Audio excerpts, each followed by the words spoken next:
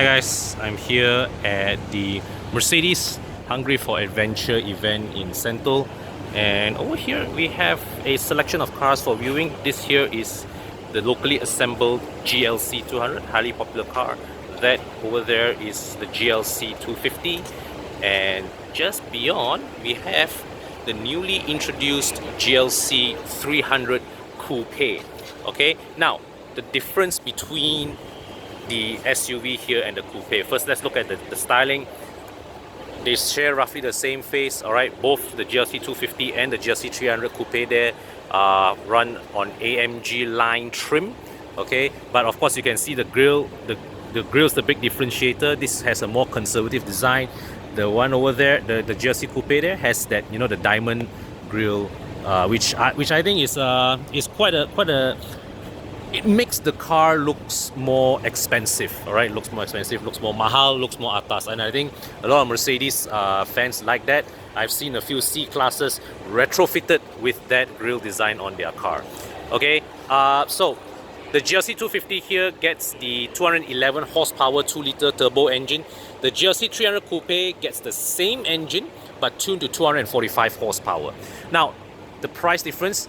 The GLC 250 here, 330 something thousand ringgit. The GLC 300 Coupe there, 399,000 ringgit. So it's a 70,000 ringgit price gap between the two. Alright, so of course we also know that recently Mercedes have just unveiled the GLC facelift. Well, that's obviously not ready for launch in Malaysia yet. So we continue on with the GLC as it is, right? The pre-facelift model. Hence, this is 245 horsepower, not 258 horsepower.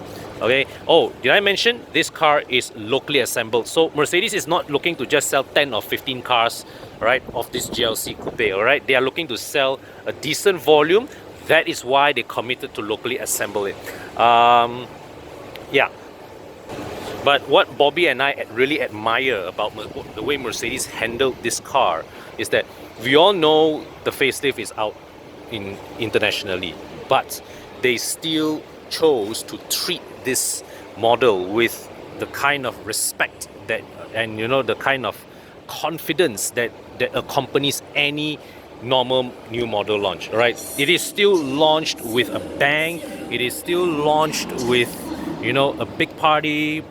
You know, it's not just like send a press release out, that's it guys, this car's available in showrooms. No, they actually, well, they actually threw this party, all right, which of course in conjunction with something else, but they put this car out, you know, at an event that signifies its arrival. And I think that is how a premium brand should carry itself. It should always, premium brands should always carry itself with confidence. They should always have that confidence in their products.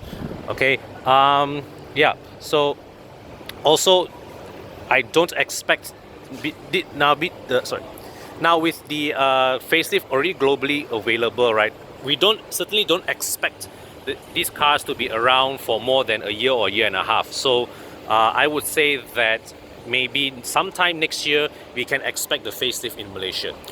Okay, but still, it's a decent package at 399,000 ringgit, and let's explore some of the details.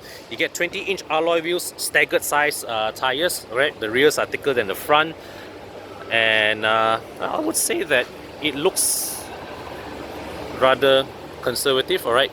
It looks a bit rugged, befitting an SUV. Not exactly sporty. I think I would imagine that some owners may fancy upsizing to 21 or 22 inches. That is your prerogative, all right? It will certainly make the car look more garang. And yeah, you got 360-degree camera, right? But no auto braking, no advanced driver assist package.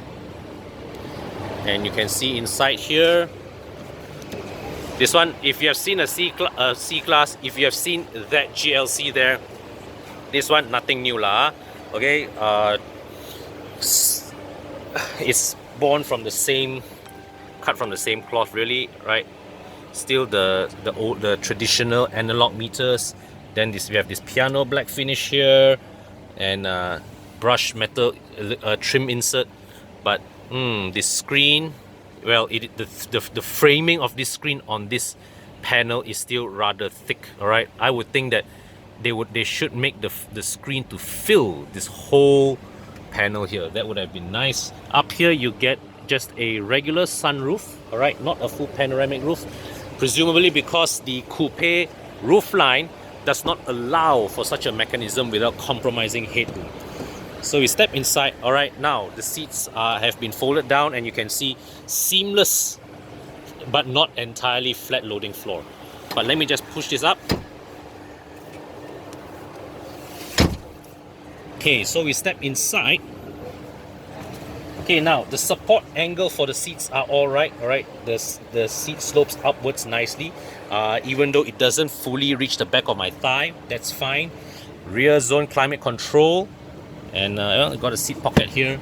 Headroom is rather good, given that I'm 170 centimeters tall. All right, I still got what, 2 fingers of space up here, and we've got a sunshade.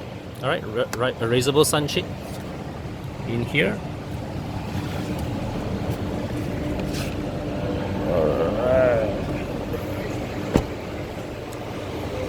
So power tailgate. Okay, and so this floor opens to reveal a rather deep hidden compartment, right? And you've got a 12-volt socket here. You've got a hanging hook here and remote release of the folding seats. All right, so you can drop this, power closing, and voila, there you have it.